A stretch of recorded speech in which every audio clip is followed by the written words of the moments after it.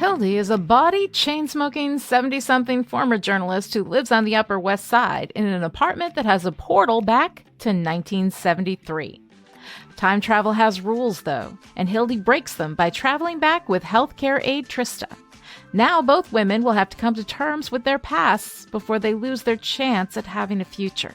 From Ahoy Comics comes Alisa Whitney's Guilt. That's Gilt, a comic book that's Sex and the City meets the Golden Girls by way of the Twilight Zone. Call your local comic book store and ask them to order your copy of Guilt today.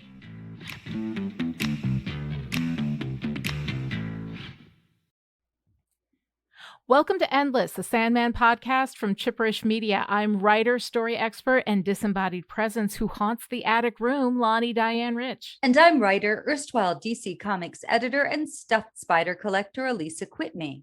Today on Endless, we're going to be talking about Sandman, issue 11, Moving In, which is the second issue in the Doll's House storyline. Moving In was written by Neil Gaiman and illustrated by Mike Dringenberg and Malcolm Jones III. Zylinol did the colors, Todd Costanza lettered, and Karen Berger edited, assisted by Art Young. Covers by Dave McKean.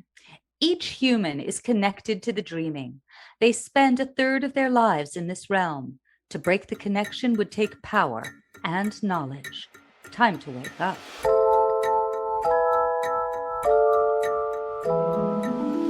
All right, Alisa, so here we are, issue 11. We're getting into the Doll's House volume. What is your overall response to this issue? This is another issue which really moves between dark and light, between realism and fantasy, between, something that feels cynical and dark and something that's bright and innocent. I can actually see a through line between Jed's primary colored escapist dreams and a modern animated show like Adventure Time. Adventure Time touches on a darker reality of some apocalypse that happens, and then it springs into this surreal, playful alternate universe. Yeah, no, it's definitely kind of, it's really got that, the kid sidekick superhero kind of flavor to it. And because, that has been in DC's history, to bring it from that space and to pull that into here and mix it with such incredible darkness is like a really interesting choice. This wasn't my favorite issue of Sandman so far. I mean, I love the dream part of it. Rose doesn't work that well for me as a protagonist. Jed's comic book dreams, again, kind of cool. Until you get to the nightmare that is that basement. And I mean, here is the thing with me. Like, my boyfriend and I have this discussion all the time where he recommends movies and he wants me to see things. And I'm like, are there going to be kids getting hurt? Because if there are kids getting hurt, then no. And so he's like, no, we'll watch It. It's not that bad, right? I don't know if you've ever seen It. But anybody who has is laughing now. So anyway, so when we go into this and I'm seeing this kid in this basement suffering, like it's really, really difficult for me. So that makes it a difficult issue for me to read. Also, here's the thing, like eyeballs for dinner. I mean, come on, they're really more of a breakfast snack, maybe brunch on a Sunday, but still, like just completely gauche. So anyway, but let's go ahead and move right into the summary.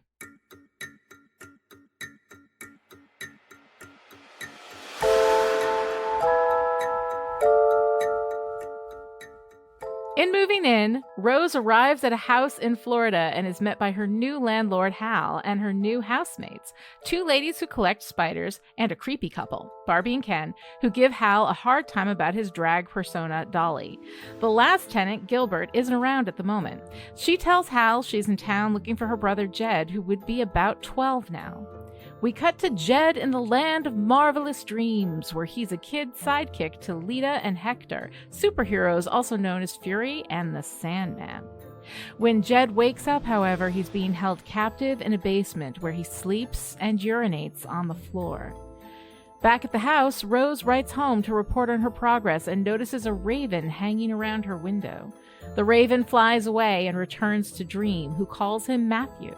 Matthew the Raven reports that Rose is definitely the Vortex, and she's looking for her brother.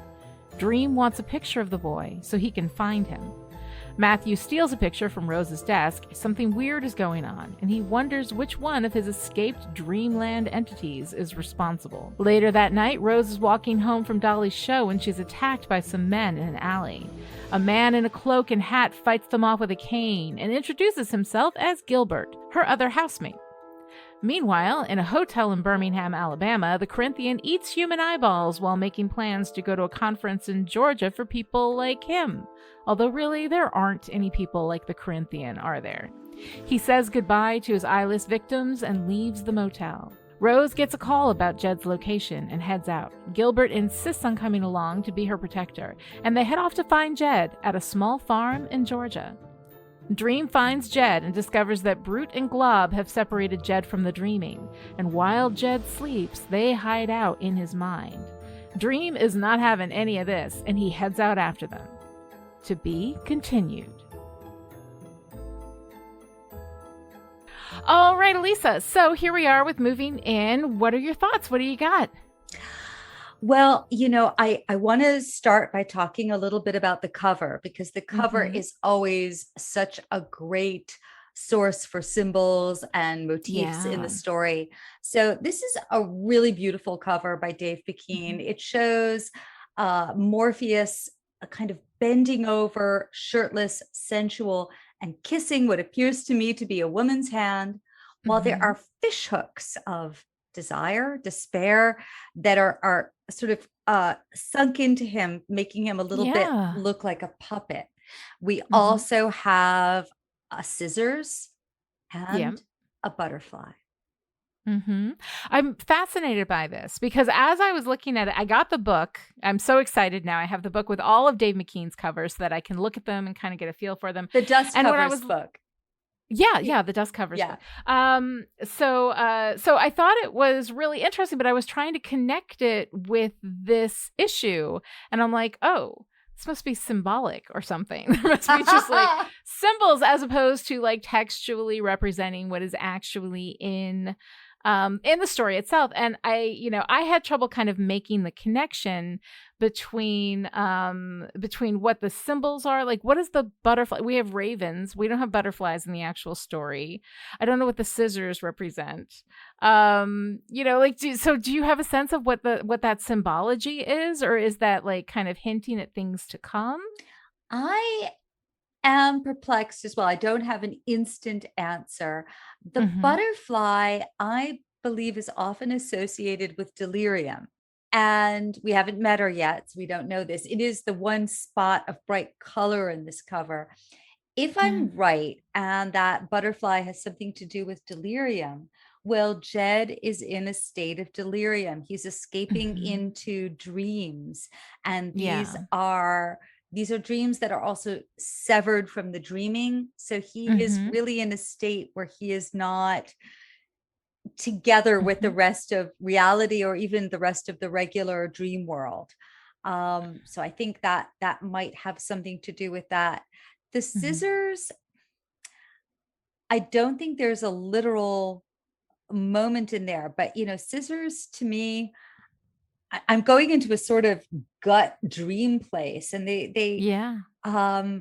I think about the fears of, when in old nursery tales, scissors often are, cutting off. Oh God, this is so gross to say, but the one about what is the one about the mice and they all run after the farmer's wife. I don't know. Right. Cut the tails with a but that was a knife. Yeah. But somehow, have you ever seen such a sight in your life? So for some reason, I'm in a nursery rhyme castration fear dream with those scissors. It's interesting. I mean, when I thought about it, I was like, well, maybe the scissors, because Brute and Glob have found a place to hide. And they are separated. They have cut off Jed from the rest of the dreaming. They're hiding out in his mind, that there's some kind of cutting there.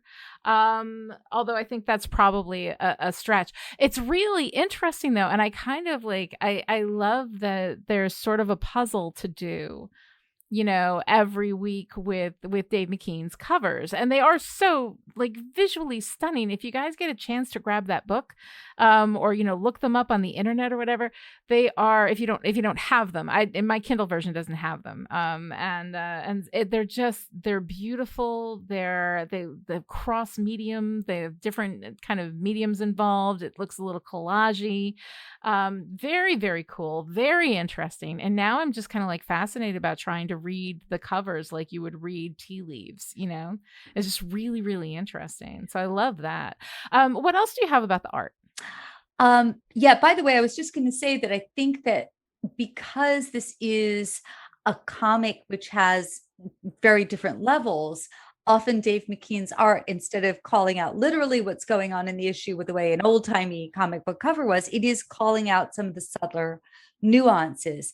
I mean, look, the art in all of these issues is great. This is one area where I have a small quibble. I found the layout on page 2 confusing. We see a shot of we're looking down a staircase at Rose and Hal. And the next shot we see a close-up, and it becomes a series of close-ups of Barbie and Ken. And after a moment, I realize, of course, that Ken and Barbie are meant to be standing at the top of the stairs, talking down to Hal and Rose, who are at the bottom.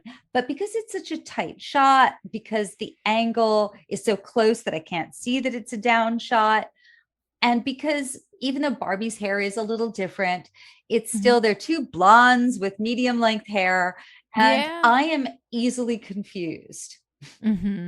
Yeah, as to which was which. Yeah, I had a couple of moments of confusion there too, on that page. I'm just going to call that out, not because these aren't incredibly gifted artists and because and gifted editors, they were working on a deadline, but in an ideal world, I kind of feel like we should have seen a little bit of Ken and Barbie, enough to recognize them at the top of that staircase. And then maybe, I love to see where people are in relationship to each other on a comic book page. Yeah, and that's gotta be incredibly challenging to do, because that is a page that is actually very, very packed. There's a lot of stuff happening on that page. It is a packed page. And, as someone who, in addition to editing comics, has written comics, I have asked artists to do things where they have scratched their heads for weeks and then said, I've come up with a solution. It involves, fewer panels, more panels, an additional page. So I'm not meaning to second guess anyone else. But there's always a lot to love. I think that I'm really attuned this time to how Rose is defined by her body language. She's always sprawled. She is just boneless and sprawled and relaxed and sensual. And I think there is something unconsciously seductive about Rose. Oh, interesting. I think if you look at her body language, how often she's slouched, she's, lying in these very relaxed poses that are not, come hither seductive poses, but there is something in her relaxation, in her just body language that is inviting. And I think that is not unintentional. Interesting. I like that. Yeah, you also mentioned that there is a Cure poster. Yes. Okay, this was the last thing that I wanted to say. And I went into a little bit of a deep dive with this. So I noticed that there's a panel in which there's a Cure poster. I think Hal comes in as Dolly.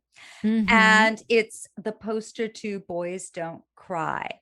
So Neil has acknowledged in interviews that Robert Smith, the lead singer of The Cure, and I think before that he was with Susie and the Banshees in some capacity. Forgive my ignorance, people.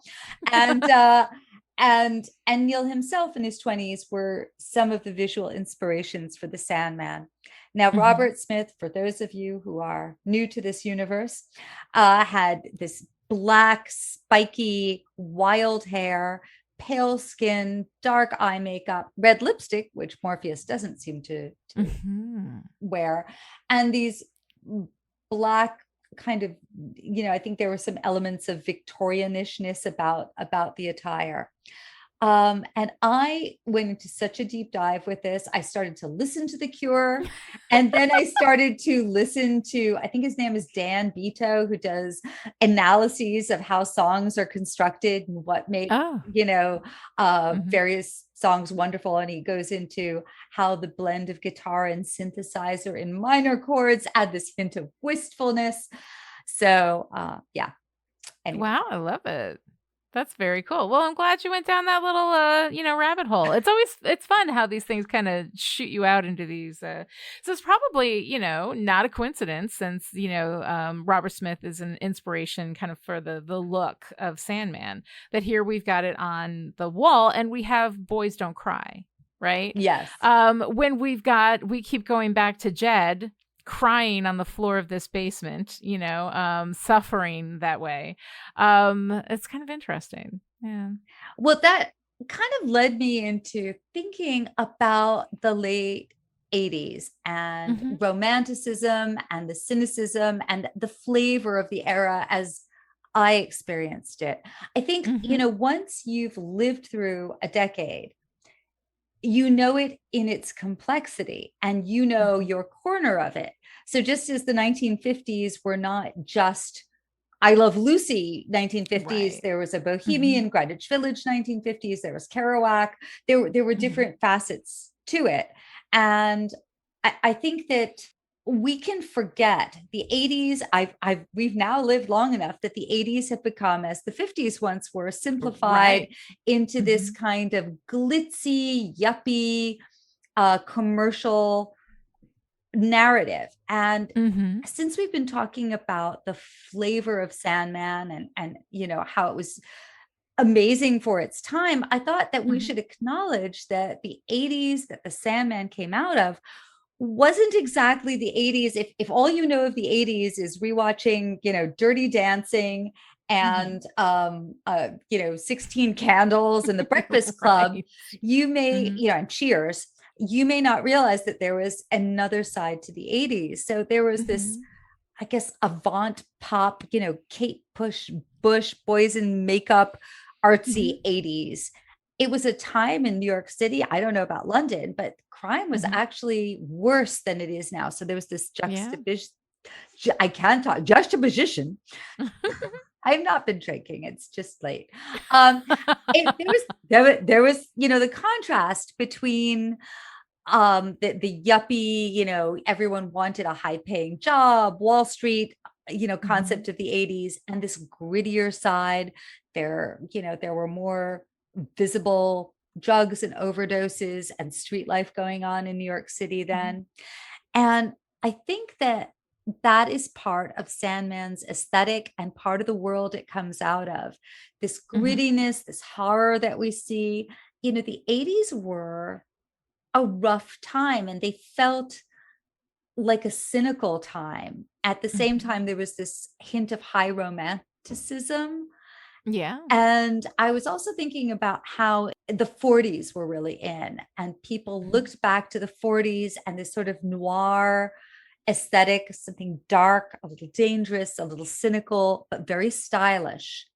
And that, I think that is all very much a part of the Sandman. It is very much of its, it does very much kind of get the feel of that time, and that was a time too when women were a little, it was this huge move for independence and women were going to the workplace and we were going through this transition from, the sexual revolution into kind of the working revolution, or what were the movies? It were Working Girl, it was Baby Boom, it was, women with unbelievably large shoulder pads just going out into the city and doing their thing, Now, I just want to say something about the fashions of the 80s, because I think fashions tell you something interesting about a decade.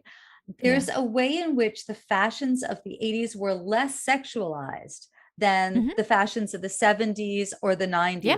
They were less body conscious in that you had padding at the shoulders, you had layers of things, you had low slung belts. The body was armored. And it was oversized. A lot of these yeah. things were oversized. And what do you, I mean, you know, if you ever had a cat, right? When a cat is puffing up to look tough, their hair comes out so that they look bigger, right? And everything in the 80s was made to make women look bigger in some way. And even You know? like the models, the supermodels of the Yeah. 80s were these more muscular women. I don't know where we're going with all of this, but it's kind of interesting. It's just an observation. Like, honestly, at this point, like, we're just kind of throwing stuff at the wall. But I mean, I think it is kind of interesting because there is something about that I think speaks to power, right?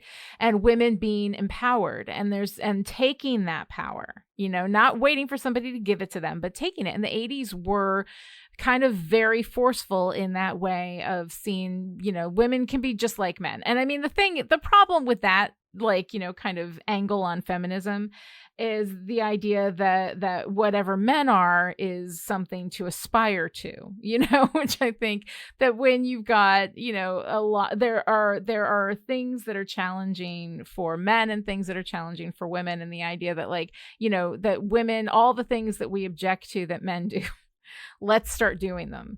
And that's going to be our feminism. And you know, I think it's in more recent years, I went back and I was reading about Mike Nichols and Working Girl. And sorry, spoiler people, but you should still watch Working Girl. It's 30 years old movie. It's well, it's new to somebody, but exactly. it's a wonderful movie. But at the very end, I think that Mike Nichols, the director, intended for there to be some subversion of the idea that, yes, Melanie Griffith's character has gotten her success, but really she's stuck in an office. What kind of great success is this? Except in the reality of the movie, I always read it as a very happy ending. Yeah. Absolutely. Yeah. And I think that because she got what she wanted, you know, she was going after something and she made it. And that's, she got the career and the man, which is, and I think that is going to lead us a little bit later into our discussion of females and power and protagonists. But first I wanted to say, okay, so if you're looking for a soundtrack to be, you know, rereading your Sandman to, I was thinking, okay, so we've got The Cure. There should be some, you know, vintage Kate Bush. There should be some Tori Amos, because Tori Amos will definitely be coming up. But is there anything else that you would add to your Sandman reading playlist? Oh my goodness. You know, I don't know, because when in the 80s, I listened to the terrible music. Like, I listened to nothing that was cool. Everything I listened to was like Duran Duran. I kid you not, Huey Lewis and the News. I was a huge fan of Huey Lewis and the News when I was a kid. So yeah, like, I didn't listen to any like the cool avant-garde, you know, British punk kind of stuff that was coming in, you know, during that time. So unfortunately I can't bring anything to it. That's cool. I just think that's fine. Yeah. You should listen to The Cure and then Huey Lewis and the News. No, hand to God, I was the biggest Huey Lewis and the News fan, and that was like the first actual live concert that I went to. And it's really, really nerdy. But anyway, so let's move on from Madonna, right? Which is what I listened to in the 80s. All right, so let's talk a little bit about Sandman as mystery. So I was, you know, on my reread, I was thinking about how elements of mystery key into this. I think that we are shown these images of Jed as an adolescent, as a prisoner, juxtaposed with the Corinthians' young male victims.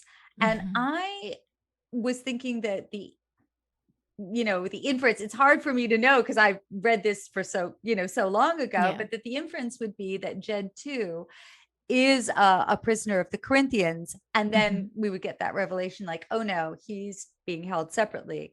And that, well, he's being held by a human as well. And he's also being held prisoner by Brute and Glob. So he's being held doubly. He's prisoner. Imprisoned everywhere. Yeah, absolutely. We're gonna then, so then we get our introduction to Brute and Glob. We've met the Corinthian, and that leaves only Fiddler's Green being unaccounted for, except that I spoiled that last week because I'm a big dummy doo-doo head.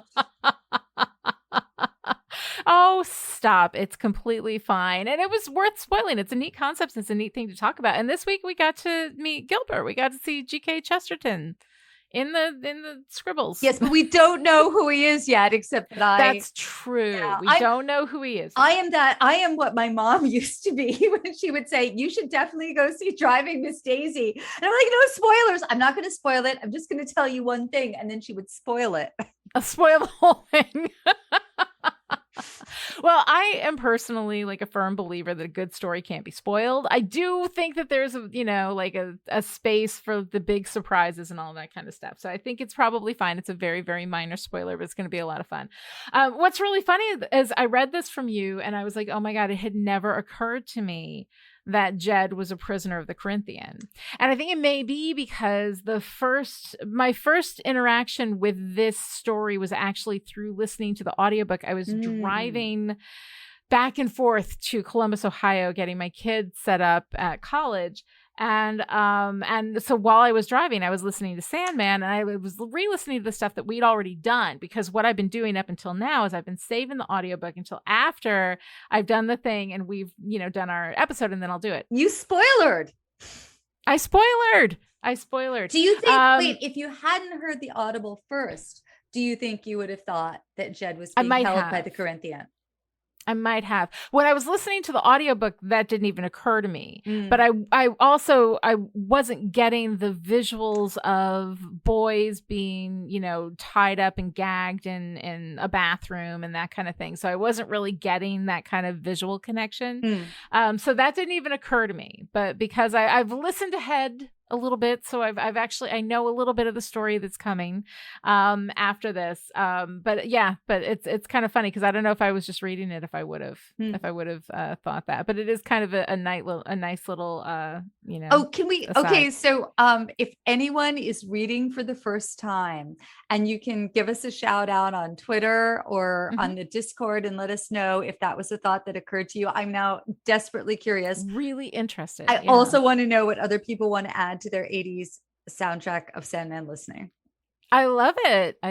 Yes, absolutely do. I wish that I could offer something. I will put in, The Power of Love by Huey Lewis and the News. That could be the theme to this whole storyline. I don't know. It certainly could. All right. So I wanted to kind of talk a little bit about the story and the way that the story is being told. We've had in a lot of these issues so far kind of contained narratives within an issue. And then we've got the bigger story that's kind of like moving. The thing that was really interesting in Preludes and Nocturnes is that we did that with every issue being from a different perspective and from a different angle, and looking at that whole story kind of from all of these different places, in which Morpheus often was not the protagonist of whatever the issue was. We were telling those stories from different places. It was really, really interesting, with different tones and kind of like playing around with a whole bunch of things. And here I think we're getting a little bit more consistent, where we've got Rose and we are following her through this narrative. And while we do kind of cut out to spend time with Morpheus, we cut out to spend a little time munching on eyeballs with the Crithian. We spend a little time in Jed's dreamland. It is mostly Rose's story at this point. She really is like the main protagonist that we're following through. And one of the things that I noticed is that in moving in, we are laying a lot of track, for what is going to come later. But this issue doesn't have a contained narrative in it. It doesn't really feel like we launch a narrative and we finish it for the issue itself, while we're still moving the needle on the big story that's going overhead. And the thing is that you don't have to. Like, when you get into a serial, like your final narrative unit, the big narrative, the big conflict that you're launching and walking through could be the whole series, like that whole, this volume, right? That we've got a story that starts at the beginning of this volume, ends at the end of this volume, and the issues that we have in between just move that story forward and don't have individual, independent, episodic arcs of their own. That said, I really like to have an episodic arc. I like to have a story where we're doing both of those things at once, but that's a lot to do, and there's already a lot of track being laid, in this story. So for me, the issue felt like I got to the end and it was like, and I'm gonna kick some ass, from Dream, and they were like, wait, to be continued. Here we are in this little cliffhanger. I enjoyed it. There are definitely things I liked about it. I freaking love all of Dream's broody kind of what the fuck is going on, sending the Raven out to watch everything, looking for this kid. I loved all of that stuff. I thought that was great. But yeah, I felt a little bit, again, I struggle with horror. I especially struggle with horror in which a kid is getting his face eaten by a rat. All of that stuff is really, really difficult for me. So part of my response to it, I'm not sure if it's my personal taste, things that definitely bother me in a narrative, that I have a real difficulty dealing with children in danger, children being killed, all of that kind of stuff always bothers me. But overall, I just kind of felt like, oh wait, I have to stop because this is what we're doing for the episode tonight on the podcast. But I wanted the rest of that story, Yeah, I know what you mean in that this is not a chapter in which we get those exquisite moments of liftoff. And where it's moments of poetry and you sort of rise above the situation. But I think because I have read ahead, because I know the shape of the whole thing, I feel content with the pacing of this. And I think, yes, here we're meeting Gilbert. Here's our introduction to Barbie and Ken. And above all, for me, this is where we meet Matthew the Raven. Oh, Matthew the Raven, who's so cool. Boss. I like the way he calls him boss. There's a lot of lore about Matthew the Raven. Some of it is accurate. The rumor that I named my son after him is incorrect. It's incorrect. It's simply the only name my husband and I could agree on. But I love Matthew the Raven, and he will figure more in the mythology of the dreaming. His character emerges more, the relationship that he and Morpheus have. So all of that's very satisfying to me. Yeah. Well, let's talk a little bit about the horror here, because this is it's horror, but it's very bodily. It's very body horror, visceral horror. When he's on the phone and we're seeing from his perspective as he snacks on one eyeball, snacks on another eyeball. It's so awful. And then those boys, he says goodbye. They're tied up in the bathroom. Are they alive? And he's just taken their eyes out and eaten them? I mean, oh my God, It's very hard. I mean, this is the realm of true crime horror. Horror has different flavors, and the series at times goes more into dark fantasy, at times more into psychological horror. This is very true crime. And I agree, it is not naturally the flavor that I go to these days. I think it has some wonderful questions that we can, in the previous issue, we learned that there are the night kind and the dream folk, and that Dream deliberately creates nightmares, powerful which is so nightmares. Interesting. One of his nightmares is out there doing terrible things. I mean, he doesn't know specifically what the Corinthian is doing at this point. But then when Matthew comes to see him, he's like, yeah, I was just making another nightmare. And I love that he's got all these rough draft nightmares, but I think it raises the question, what does Morpheus need to create nightmares for? Why does humanity need a nightmare or nightmares? Right. And that has a cognate in the real world. Am I using cognate right? I think so. I don't know. Analog? It's a thing in the real world, which is why do we find horror appealing? And I just ordered a book recently. It was Dreadful Pleasures, An Anatomy of Modern Horror. It was written in 1985, so I guess that modern is now vintage. Yeah, right. And so the writer, who's got a really perfect horror writer name of James R. Twitchell. That is so beyond perfect. I don't believe it's real. I guess he was like, my last name is Twitchell. I better write horror. Exactly, right. I know someone whose last name is Piper, who's a plumber. So I think there's something to It happens. There's like a nominative determinism, I guess, you know? Oh, that is, by the way, along with your Cookie Monster rant, that is like one of the coolest things you've ever said. What is it, a Sisyphean hellscape because Cookie Monster can't eat the cookies? Yes, it is a Sisyphean hellscape where he's constantly trying to eat the cookies, but he cannot eat the cookies. For anybody who doesn't know what we're talking about, go to my Twitter feed. I put up a clip from a podcast that I had done a couple of years ago for Angel, the series, which is part of the Buffyverse, in which I talked about how much I really, really super hate Muppets. But I think yeah, there's a lot there. There's a Big Bird thing. I'm just gonna say the Big Bird reason is really the big reason why I hate the Muppets. Like that was just cruelty. But anyway, yes. Okay. So we have some nominative determinism with Twitchell. Anyway, so he talks about the appeal of horror. And I don't know if I agree with this. I haven't fully digested this. I was actually shoveling down my dinner. I was like, let me read something about horror so I can bring it to the podcast. Yeah. And he basically said horror kind of boils down to 3 different classic appeals. And I'm putting this into my words. So if they suck, it's my fault. First of all, it's, you know, getting the thrill of experiencing something dangerous without being hurt or being killed. It's, you know, letting off the pressure gauge of your desire to do something transgressive. And last, and in his opinion, kind of not least, but most, it is a way of adolescents exploring the dangerous side of sexuality so they can sort of learn the do's and don'ts and not to go into the transgressive side of sexuality.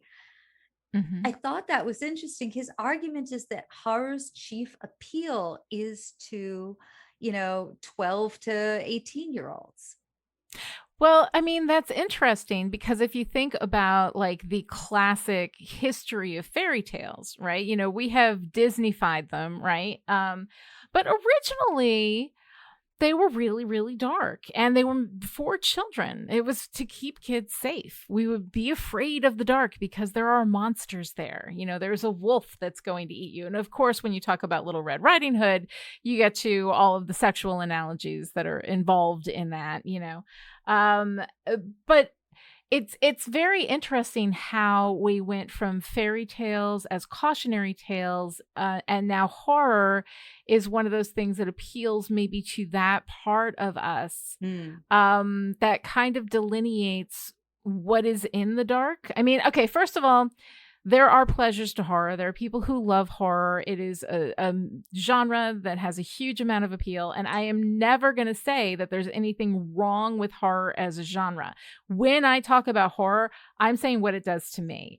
Like it gives me anxiety and it keeps me up. I am extremely affected by horror. So I go way past the pleasure point on the needle and it just disturbs me, you know? So for me, I don't find pleasure in horror. That doesn't mean there are not legit pleasures to be found in it and real stories, good narrative stuff being done there. But now, you know, when I was starting out my pandemic Sisyphean hellscape, which had no Muppets in it, I found myself drawn back to horror in a way that I hadn't been in years. And for me, I realized that along with romance, it is the most visceral of the genres. Yes. So, you know, you read romance to experience the erotic and emotional highs of being in love and some of the lows. And you go into horror to have that same visceral response of fear and challenge and perhaps being able to conquer it. But, you know, just as in romance, there are these many different subgenres of romance, and not everyone is for, you know, you may love a dark mafia romance and another person may love an inspirational romance, and, you know, and never the twain shall meet. Although an inspirational dark mafia romance would be really interesting.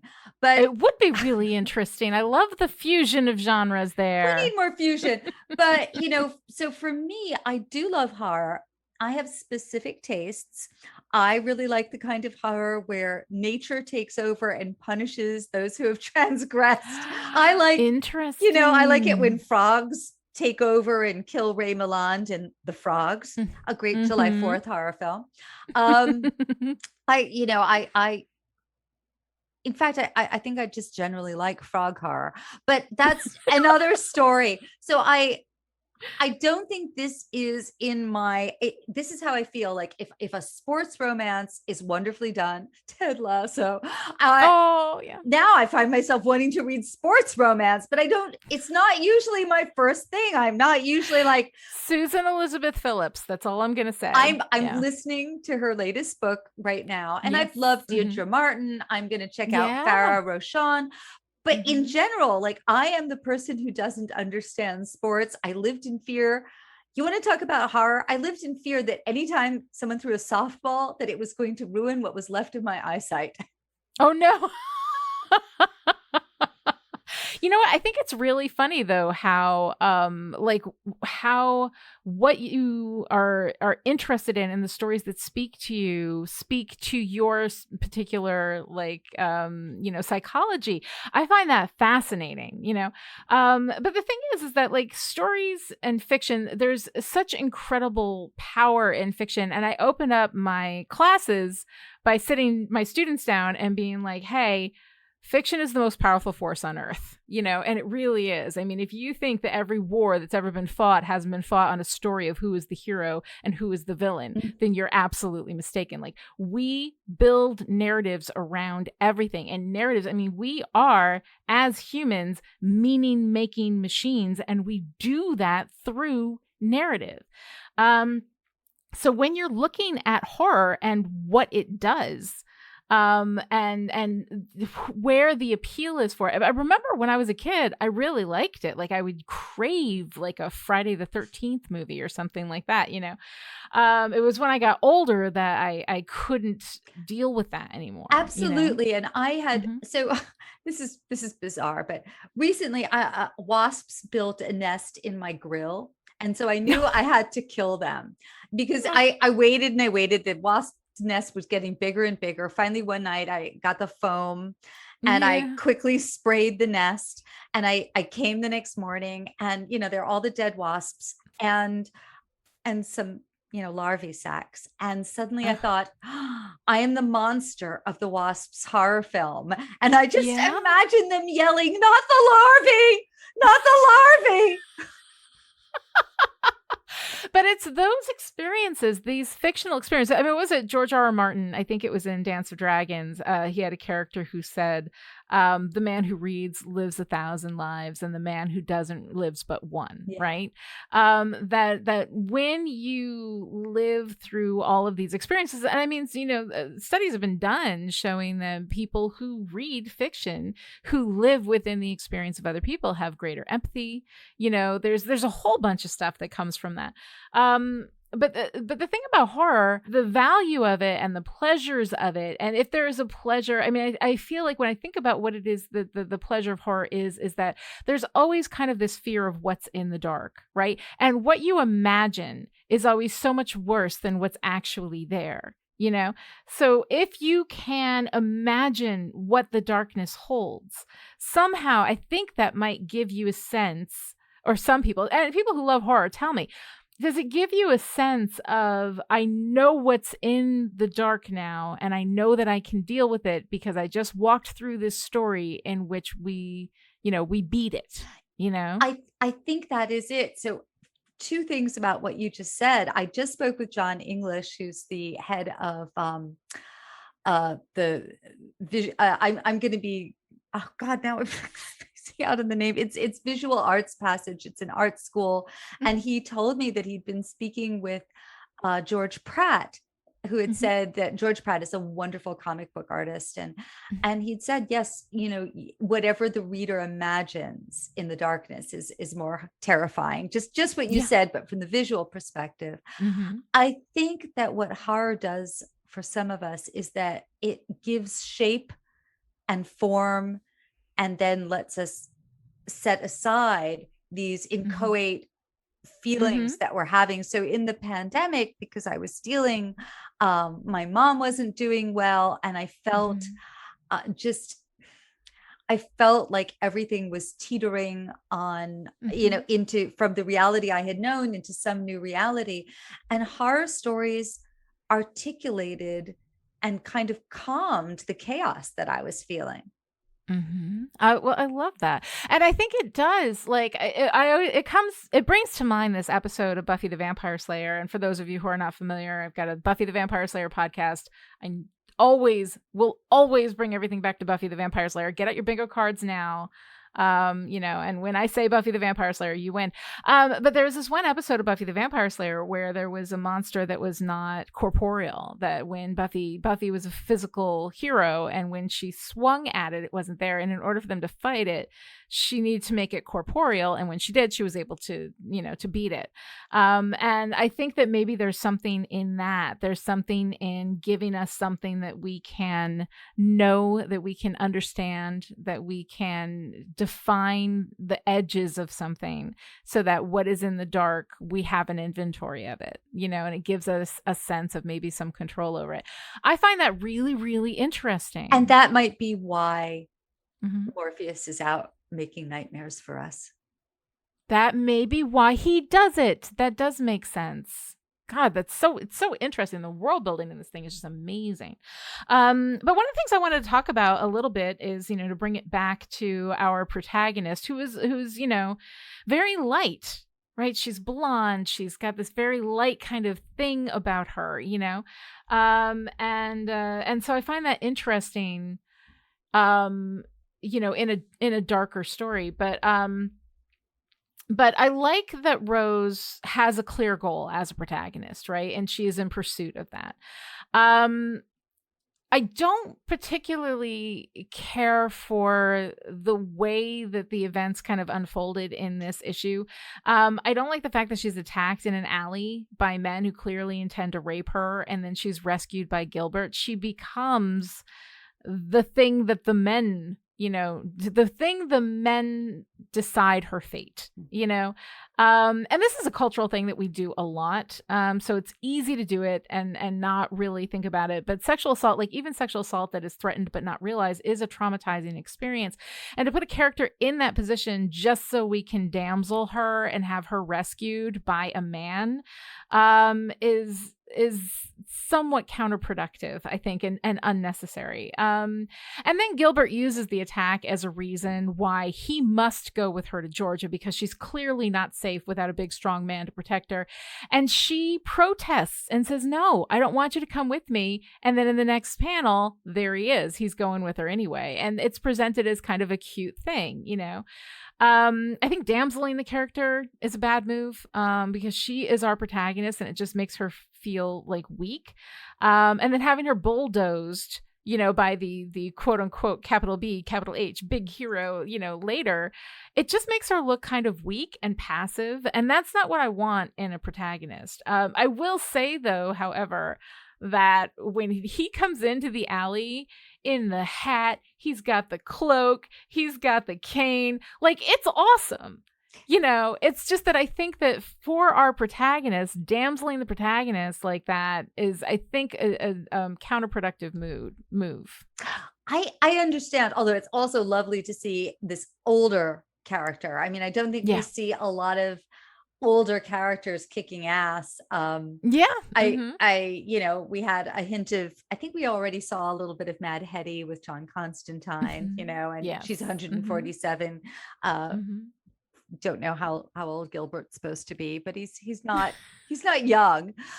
He is not young, yeah. But I think, this is an issue I wonder about, because yes, you've got this baggage with this, our own gender baggage, that we've got this helpless female in the alley. But we also see a lot of helpless male victims. There is a lot of desire, some of it very unhealthy and unsavory, and a lot of despair that is just phyllo pastried into all this story. Well, definitely. And I think that having a helpless male character who is not our protagonist, and also that kind of goes against what we usually see, where the male is active, and the woman is passive. Here we're making men, some men are also victims, but the fact that our protagonist is damseled like that, I think that that's where that becomes a problem. And it's because she's a woman. I don't know that we would have seen that happen if Rose were a man. Well, I don't know, because we've got Jed, and Mm-hmm. he's even more helpless. We've got the Corinthians' young male victims, and they're even more helpless and being preyed upon. And I Yeah, but they're think not our they're protagonists. not our That's the protagonists, but problem. the Yeah. the Mm-hmm. issue is here that there's a lot of victimization in this Mm-hmm. issue. It just, there Yeah. really is. And we also know, because of the nature of this story, that we've Mm-hmm. got supernatural Yeah. antagonists working against, these mortals. And Mm-hmm. so, yes, there's that element of Rose being helpless and Gilbert being male, but also our awareness. Well, I don't know if I would have realized in the beginning. I'm trying to remember back when I didn't know that he was Fiddler Oh, Screed.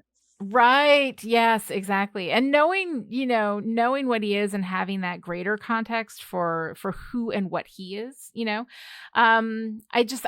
I think that like it's just one of those things that kind of doesn't sit that well, especially because the guys attacking her in the alley are completely random. If they were part of this magical group, if it was part of this same line of antagonism coming from the Oh, Corinthian, if it was a magical thing, I think it probably wouldn't bother me as much, especially because if it was a magical thing coming after her because she's the vortex, and then we had the magical Gilbert also coming in to protect her because he is magical and he can, that I think would have been different for me. I think I would have read that differently. But because this is a very mundane threat, and it's this very mundane, it's always sexual violence, it's like, just play a new tune, guys, so yeah, I don't know, that it didn't sit right with me. But let's go back to Jed a little bit mhm. there.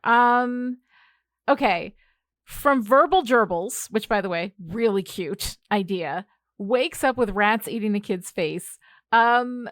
It's so horrifying. I think, like, I'm trying, what happens to the Corinthians victims is terrible and visceral. It is this very, like, clear body horror. What is happening to Jed? That he is captive. He is always dreaming. He is almost always asleep, except when he has to get up to urinate in the corner, which is, I mean, not even, it's heartbreaking. And to combine that kind of heartbreak, for this poor kid, with the physical, visceral body horror that's going on here too. I mean, this poor freaking kid, this is terrible. But it's incredibly affecting, and it's good. I'm like, I hate seeing kids suffer. That's always a trigger point for me. But I mean, like, what they're doing is incredibly powerful. I wonder. Well, Neil became a father at a relatively young age, Hmm. but I wonder if it would have been harder for him to write some of this stuff as he got older. I think all of us become more sensitized. I think there is a Yes. toughness to being young. And Neil was under 30 when he was writing this. Yeah. It's Hmm. hard to, bear in mind just how young he was. And Right. I think there's a fearlessness, and Hmm. I remember the moment where horror became more horror to me because I'd Yeah. had kids and I felt vulnerable. Um, Yeah. I think there is a lot of sexualized victimization in the Hmm. story. I said that, and Yeah. I think it is an uncomfortable space in the same way that the John D. Diner episodes Hmm. are Yes. are So uncomfortable. difficult. Hmm. On a much lighter note, however, I know that the gerbils are supposed to be nice and the rats evil. As you know, I've had the opposite experience. I've known some very nice rats, and I had a gerbil who had a stroke and just was always attacking me. Uh, Oh his no. his name was Nibbles, but we called him Gerbils after Goebbels. Yeah. Yeah, I'm not a big rodent person, I think across the board. There's always dead. Like I've just had to deal, like, every time you get a hamster, it always just dies, like it's just dead rodents everywhere, and it's always kind of gross. So I'm just basically kind of Did I tell you a cat about the person. raspberry tart? What's that? Oh, so I I had a raspberry tart. I had a friend over and we hadn't Mhm. eaten this raspberry tart just a week or so ago. Yeah. And it was a beautiful raspberry tart. But the next morning we were going to eat it for breakfast and it looked kind of strange. Oh no. And we were both like, does it look like deflated? Were there more berries on it? But it wasn't. And we just said, something in our gut said, don't eat the tart. Yes. And then I was Mhm. looking through my phone and I'd taken a picture of it the night before. And I Mhm. realized, oh, there's only one way overnight a tart goes from that to this. And that is, I have a verbal gerbil somewhere in my Oh house. no. But yeah, it Yeah. was, and it was, I think there is something about rodents that make Mhm. you feel unsafe. They are Yeah. dirty. They live in your walls. They're going Mhm. to, contaminate things. And so there's Mhm. there's all of that unsavoriness. And also as a Yeah. public service announcement, if you look at a tart that you saw just the night before, something in your gut says it's not right, throw that sucker out. Don't just eat it. Just on the safe side, Yeah. just to be on the safe side. All right, so back to Sandman. Do you have anything else that you wanted to talk about before we hit to Lucian's library? No. It's okay. I've been dry Think we're well. good? Think we've wrung all this out? All right, so awesome. Lucian's library, everybody. We're in this section now. Just to let you know, there may be spoilers here, so Not today. make your own decisions. Not today. Not today. Okay, I haven't looked at your notes yet because I always love this part, this behind the scenes kind of stuff. It's so awesome. I do not have a lot of behind the scenes for this Mhm. episode, but I was noticing as Rose was typing out her letter Oh my God, on her right? You remember typewriter, typewriters?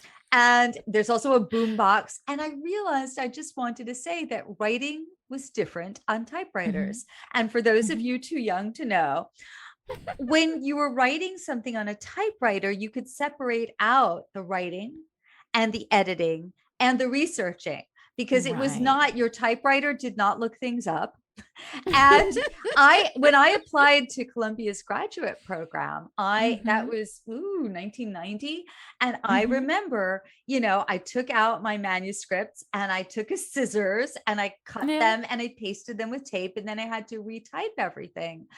So Uh-huh. there were aspects of that which was harder and aspects Mhm. which were easier. So I was just thinking, I don't know, maybe we should all have like a typewriter challenge where we all, if That's anyone so has a typewriter interesting. anymore. I have two. I have two vintage, like serious, like turn of the century typewriters, or whenever typewriters were around 1920, something like that. Like I have two of these in my office right now, which still kind of work. But I remember, like when I was learning, I was the IBM Selectric, that kind of electronic typewriter of the late 80s and early 90s. And yeah, it is really interesting. I hadn't thought about that, about how back in the day when you were working on a typewriter, all of those functions were distinct, and also like edits. I remember edits. Like now I will just edit the hell out of whatever it is I'm working on, but when an edit meant that you had to go and retype that whole page again and like redo everything from that point, you made sure that you did it, like that it was worth it. It's like, is this edit worth it? No. And then you wouldn't, at least I wouldn't. But yeah, it is interesting also, that very extremely tactile experience. I like my little keyboards now that are very chiclet, and it's just your fingers fly across the screen. But my boyfriend has one of those old, oh, not old, but like based on that kind of like old Selectric, like those mechanical, he likes the big, where he's punching the keys like he's gonna kill them. And every time I try to type on that thing, I'm like, oh my God, it's exhausting. But it is funny how there is such an incredibly tactile experience to writing on a typewriter typewriter to creating a physical page as opposed to a digital page, and how that affects the way that you write. I know some people still write in longhand, and then translate it all in, and that there are different ways to approach whatever it is that you're writing, and how that might change the way that you write it, the way that you tell a story. The way you compose. I'm pretty sure that Neil was composing on computer or word processor. He put his scripts on CompuServe, certainly from the time I started working. But now I want to ask him if he started at some point with typewriter. He must have. I mean, we all did. Interesting. But I do think all of these were on computer, but it would not have been a typical thing for someone to have a computer. So that's a little vintagey thing, but yeah. And I think I may have mentioned this before, but we were all like, why is Neil publishing his scripts? It's going to ruin all the, it's just, I don't know what we thought, but it was, babble. Yeah, no, it's interesting to to put some stuff out there and like have people respond to it in the moment, and especially at that point. That must have been because that was an experience that was available to writers before that. It was, you couldn't get that kind of feedback. No, you couldn't. So another thing I thought I would just bring up is ravens. So I love Matthew the Raven. I know that Neil had read and loved, as I do, Peter S. Beagle's A Fine and Private Place. So I don't think as many people read it. It is the story of an old man who lives in a graveyard, and there is a raven who brings him, I think at the very beginning, he's bringing him bologna. And and he's this wisecracking kind of, down to earth Brooklynish raven. And I think he's got some kinship with Matthew. They are distinct characters. I don't mean to say that one is derivative, but I wanted to just, can I give a little quote from the Peter S. Beagle, since I don't think a lot of people know it anymore. So this is from the Raven. The short quote is, ravens bring things to people. We're like that. It's our nature. We don't like it. And then maybe we can post the longer quote on the show notes so that people, if they want to get a little bit more about Peter S. Beagle's, it's a lovely book, by the way. It's about two ghosts who fall in love, and an old man who lives in the graveyard, and the raven, and it's just so worth reading. Oh, it sounds really, really cool. I love that. All right. So I have a piece for Lucien's library, which usually doesn't happen, but every now and again I will pick something up. Hector and Lyta. Right. As soon as I saw them, I was like, Joshua Unruh has had me trained about where to find things and where to pick up stuff, But yeah, Hector Hall and Lyta Trevor, I did a little research, were characters from DC in the 80s. Hector was originally, I guess, the Silver Scarab. And from what I understand, and I'm getting this all wrong and butchering it terribly, and Joshua, who listens to this, is probably screaming at, the MP3 player or whatever, the MP3 player, like that's a thing anymore. It's not. Why I thought that. Yelling at whatever it is he's listening to me on. But anyway, so from what I understand, although I understand very little, Hector died while possessed by the Silver Scarab, who was bad, but because Lyta was pregnant with his child, whose soul had Hector's goodness, the Silver Scarab wasn't able to get full control. So at the last minute, he was able to win, even though he gave his life. So when we come into Hector and Lyta here, caught in the dream world, Hector has taken on this identity of the Sandman as a hero. And so as soon as I saw that, I was like, oh, is this the Silver Age Sandman? And so of course I called Joshua Unruh, and he explained everything to me in incredible detail, and I didn't understand any of it because trying to follow all of this stuff, I was like, and then he said something like, no, he's more of a Bronze Age Sandman. And my understanding is that unlike Wesley Dodd, he didn't identify as a Sandman until Brute and Glob got a hold of him for this story. It's so incredibly fascinating. I cannot wrap my mind. The storytelling, the world of DC and Marvel are both like this. At a certain point, I don't even know what the hell's going on. It's true. And Lyta is the daughter of Golden Age Wonder Woman and Steve Trevor. Aha, yes. And so she is a character who we'll find out obviously more about her in our next episode. And yes. And she will factor, she is, how can I say, cryptic oracle things. Mm-hmm. Don't you forget about her. she'll come back in interesting ways. That is going to be a lot of fun to see. All right. So Alisa, what is your favorite page in Moving In? Okay. Well, I kind of love that last page where Morpheus is kind of duded up in all his Hunger Games, man on fire regalia. Mm-hmm. No, absolutely. That's the one that I picked too. I absolutely love that page where he's just like, oh, I'm going to fuck some shit up now. I cannot believe he's so mad and offended. They took this is my world. They did this, they've what did he say? My law. This is my law. And they violated it. So yeah, when Dream at the end, and this is the moment too, where I was like, to be continued. What? Like this is such a huge moment. And it's, it's awesome. I love all of the Dream stuff in here. Well, Dream is trying to figure out what's going on. He's sending Matthew to do the spying for him and he finds Jed, all of this stuff. I just think it's so, so cool. And I absolutely love it. All right. So what's your favorite part? I, love Matthew the Raven. Mm-hmm. I think that because Morpheus is such a stiff, dignified character, having this loosey-goosey sidekick who's like, yeah, boss, and Matthew's got a conscience. He doesn't like being all creepy stalker to Rose. Mm-hmm. There is should I say the theory about who Matthew is, or should I let people? There's a theory about who Matthew mm-hmm. is, and in order to figure it out, you should go back and read Alan Moore's Swamp Thing run. It was collected as Love and Death. If you think this has horror, the Love and Death horror, it deserves its own podcast. It's Swamp Thing, and it's romantic and deeply disturbing. But anyway, mm-hmm. That is the connection with Matthew the Raven. Interesting. I can't wait to find out more. For me, again, like I basically have already given it away. It's Dream playing detective. My favorite part, trying to find out what's going on and like figuring everything out, and then getting so pissed when he realizes what Brute and Glob have done. Although with names like Brute and Glob, I mean, what were you expecting them to do? And before we started our podcast, my dog is still intact, and I've decided that his accoutrements should be named Brute and Glob.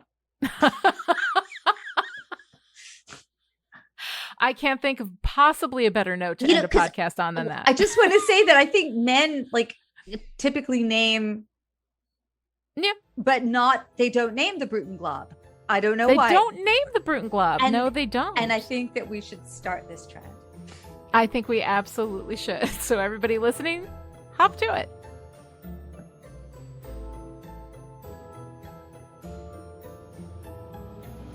All right, if you enjoyed this conversation and would like to join in, connect with the show on Twitter. Follow @Chipperish and use the hashtag EndlessPodcast, or send your comments or questions to endless@chipperish.com.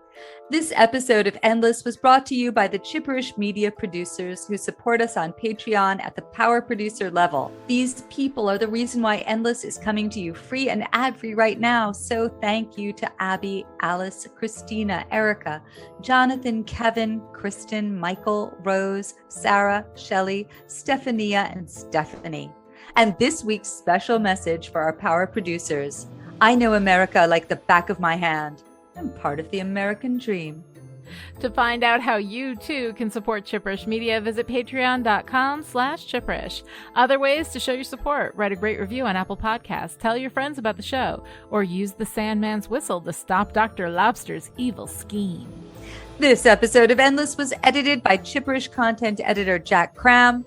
Jack, thank you for helping me save the world from the toad dancers of Pluto. We will be back next time with Sandman 12 playing house. Until then, I am angry, Lucienne, and it's my move.